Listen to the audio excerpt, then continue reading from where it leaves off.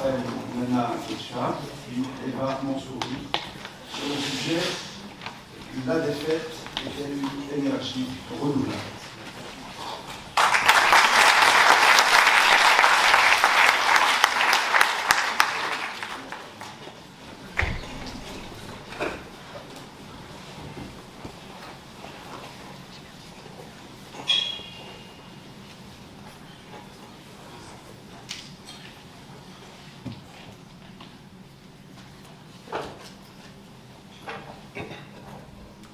Il est prêt, car il n'a rien à se reprocher.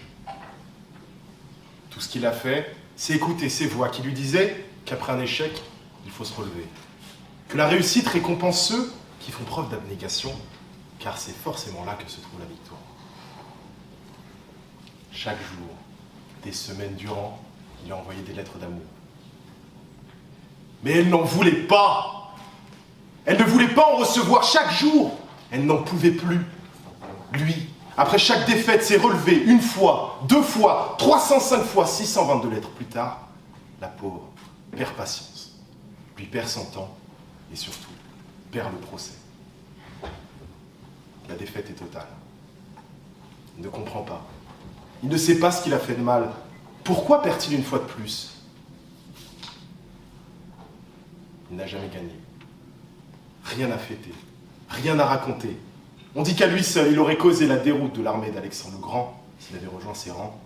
Sa vie a un impact positif inexistant. Et cette fois, il a échoué une fois de plus. Monsieur le Président, Madame, Messieurs les jurés, que feriez-vous si vous n'aviez personne à décevoir, personne à rendre fier? Que feriez-vous si votre vie était un perpétuel échec et que personne n'attendait rien de vous?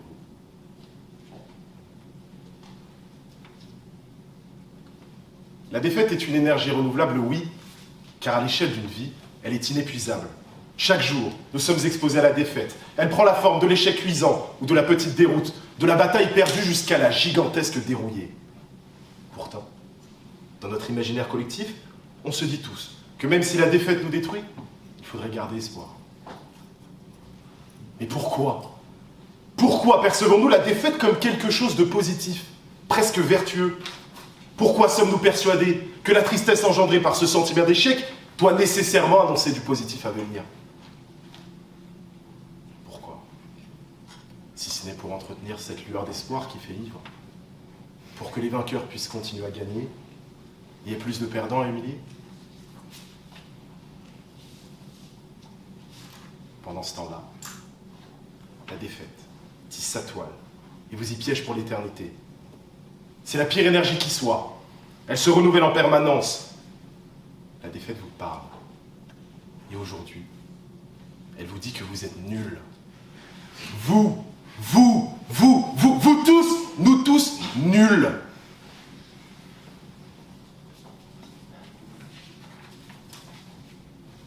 Rien de positif. Dans cette énergie intarissable, seulement des cris, de la colère noire, du dégoût et de la tristesse. Est-ce que vous avez déjà goûté vos larmes? Elles ont un arrière-goût salé assez perturbant. Alors on s'intéresse à leur composition chimique et on découvre d'une part que la recette des larmes évolue en fonction de nos émotions et surtout que les larmes de tristesse sont celles qui contiennent le plus de sel. Alors oui, c'est évident, la défaite est une énergie renouvelable et ce pourrait être la plus grande source de développement durable. Grâce à leurs larmes, les perdants occasionnels pourraient arroser leurs petites plantes vertes et prélever le sel pour parfumer quelques plats. Les habitués de la déroute abreuveraient leurs animaux de compagnie, puis les week-ends venus, utiliseraient le sel de leurs larmes en l'accompagnant de tequila et de citron vert. Et tout cela, grâce à la défaite. Cette énergie renouvelable à l'infini.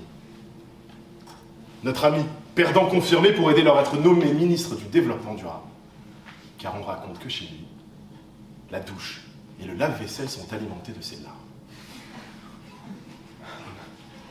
Alors à lui comme à vous, on ne peut pas dire que la défaite n'est pas une énergie renouvelable.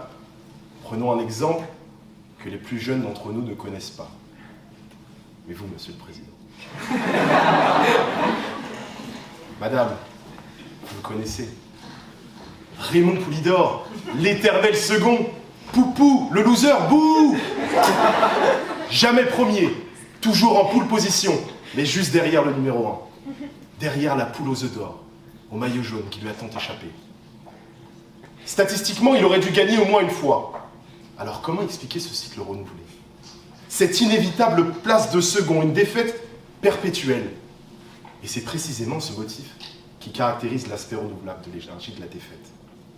Motif perpétuel, renouvelé à l'échelle d'une vie humaine. Et qui d'autre que vous, Monsieur le Président, Madame, Messieurs les jurés, qui d'autre que vous peut en témoigner? Vous, les pontifes de l'échec. Chaque année, inlassablement, vous revenez renouveler votre participation à chaque invitation reçue. Car vous mourrez d'envie de distribuer la défaite à nous, ces candidats que vous éjectez. Vous êtes en quelque sorte les acteurs principaux du développement durable de l'écosystème de la fac de Sceaux. Ces centrales nucléaires que vous êtes accaparent l'énergie et privent les candidats de la lumière par peur qu'on vous éblouisse. Peut-être parce que vous êtes nuls. Ou peut-être parce que de votre expérience, vous avez réalisé ce qui nous échappe. Quoi qu'il en soit, votre rôle de gardien est indispensable. Car sans vous, la porte serait ouverte à la consommation. Le perdant célébrerait avec le vainqueur. On distribuerait la victoire à tout va. Et l'énergie de la défaite perdrait son caractère renouvelable, perdrait en durabilité et deviendrait alors une énergie fossile. Voyez toute la richesse de l'énergie de la défaite. Elle est indispensable. Elle équilibre tout. Elle célèbre la nullité, votre nullité. Elle ne trahit jamais. Si un jour, le perdant la trompe avec la défaite, avec la victoire, elle lui pardonne. Car elle le sait, sa sœur la victoire vous dupe tous et n'est promise qu'à un seul à la fois. Alors que la défaite s'offre à chacun, sans préférence. Tout le monde ne gagne pas, alors que tout le monde va perdre. Et le perdant reviendra à la défaite, comme ils reviennent toujours. Même si des victoires on en connaîtra, au sommet des fêtes on atteindra, et célébrera par défaite toutes nos réussites. Tôt ou tard, on renouvelle toujours nos vœux des défaites. Ce cycle, oui, se renouvelle en permanence. La défaite suit son cours, et le verdict est toujours le même. Inlassablement, perpétuellement, son énergie nous perd. Le cycle se renouvelle. On la fuit, mais au final, le verdict est toujours le même, et on revient toujours dans ses bras.